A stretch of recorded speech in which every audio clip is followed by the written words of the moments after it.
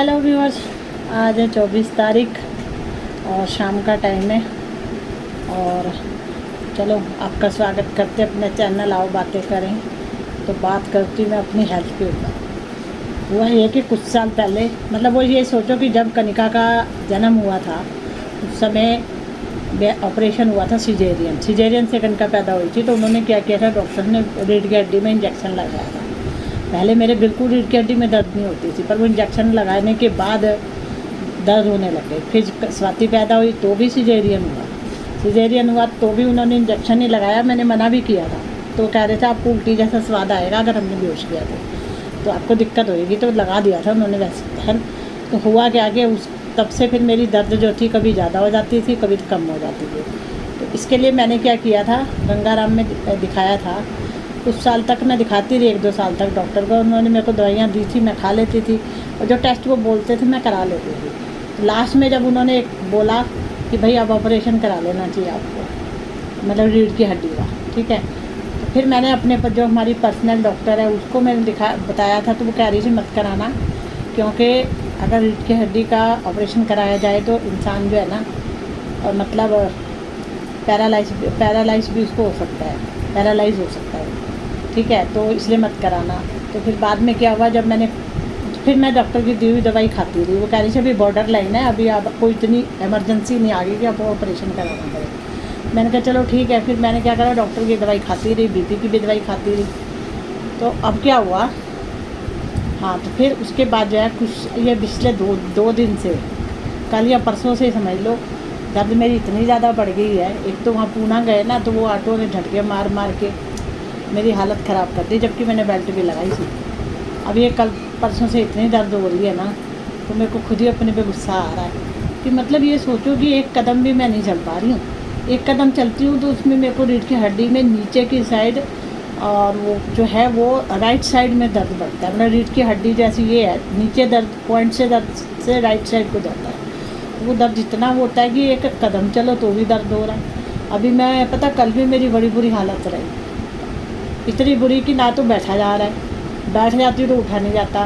अब उठ के अगर लेटना हो तो लेटा नहीं जाता, लेट गया तो फिर उठा नहीं जाता। क्या मुसीबत ये बताओ। तो आज सुबह पता है क्या हुआ, आज सुबह मैं 5:30 बजे मेरी जाग खुली। मेरे को नींद ही 3:30 बजे आई। तो 5:30 मेरी जाग खुल गई, टॉयलेट जाना था मुझे।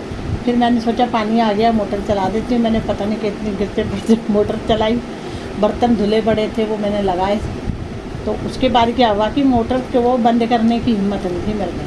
मैं बैठ गई थी बेड पे, बैठा भी ढंग से नहीं जा रहा, पैर तो नीचे लटक रहे थे, बैठा नहीं जा रहा। इतनी दर्द हो रही कि पैर ऊपर करके लेटने में आफत आ रही। तो मैंने हस्बैंड सो रहे थे, उनको उठाया कि उसकी मोटर बंद कर दो। उन्होंने मोटर बंद करी। वो दर्द इतनी ज़्यादा थी ना कि उन्होंने मेरे को पेन किलर दी, अरे मेरे पास है तू खा ले।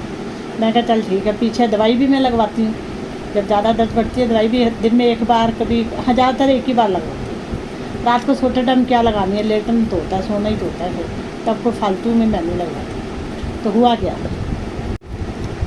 हुआ ये कि बस उसके बाद क्या हुआ कि फिर मेरे को नींद आ गई 9 बजे के। फिर मैं सो गई, मतलब कुछ। और जब मैं उठी, हस्बैंड भी बेचारे इतने अच्छे हैं ना, उन्होंने उठाया भी नहीं मुझे कि बहुत तकलीफ़ में इसको ना ही उठाया जाए।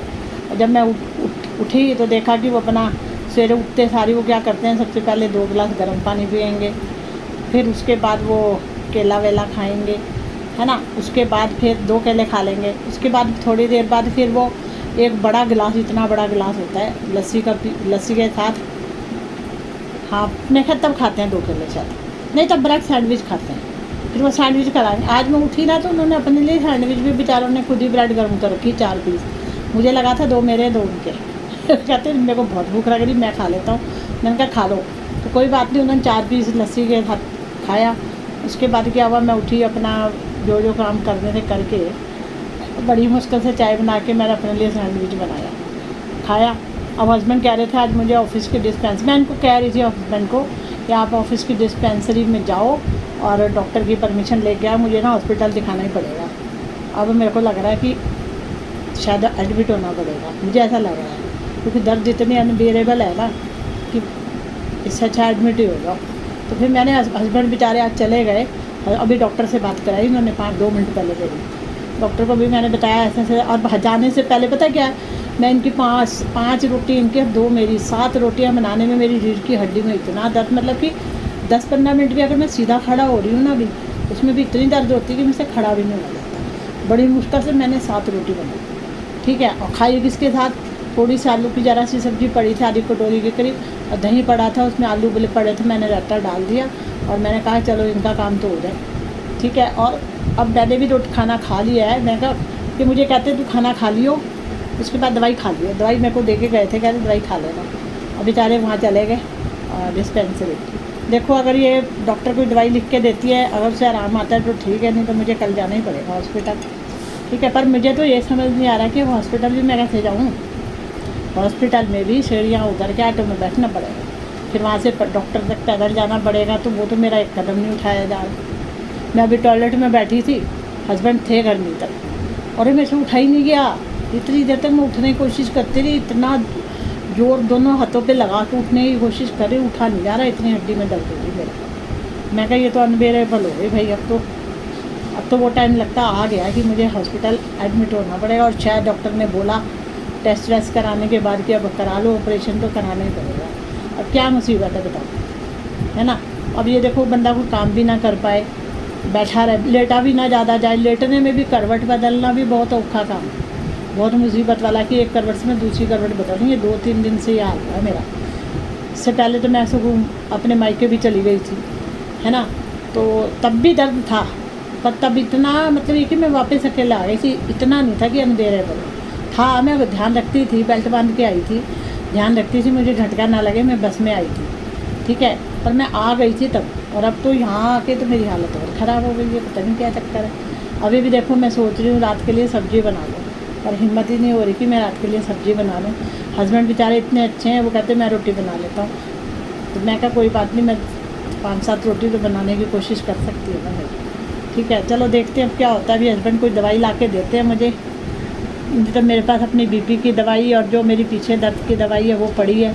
एक दवाई ये मेरे पास रखी, जो मैंने एक गोली खा ली है वाली, डॉक्टर को भी इसकी फ़ोटो खींच के भी भेजी मैंने, वो कह रहे फ़ोटो खींच के भेजो आप कौन सी दवाई खा रही है। हस्बैंड ने दी थी मुझे वाली दवाई, इस पर SC4 लिखा हुआ है, कह रहे इससे, और इस पर भी ना पैरासीटामोल टैबलेट भी लिखा हुआ है। मेरे को बुखार तो है नहीं, मुझे दर्द ही है बहुत ज़्यादा, पर उस दवाई से ना मेरे को कोई खास फ़र्क नहीं पड़ा था। सुबह वो खा के तो वैसे भी मैं सो गई थी, तो पता तो लगेगा नहीं सोते हुए कि वे दर्द कम हुआ है कि नहीं। वो तो आप उठोगे कि चलोगे फिरोगे तो ही पता लगेगा ना आपको दवाई का असर हुआ है या नहीं। चलो अब देखते हैं क्या होता है। अगर हो सका तो मैं कल डॉक्टर के पास जाऊंगी हॉस्पिटल, और पता नहीं कौन कौन से टेस्ट वो लिख कर देंगे, क्या क्या करेंगे, पर करवाने तो पड़ेंगे। बेड पे इस तरह से पड़े रहना तो अच्छी बात नहीं है ना, टेस्ट तो कराने पड़ेंगे।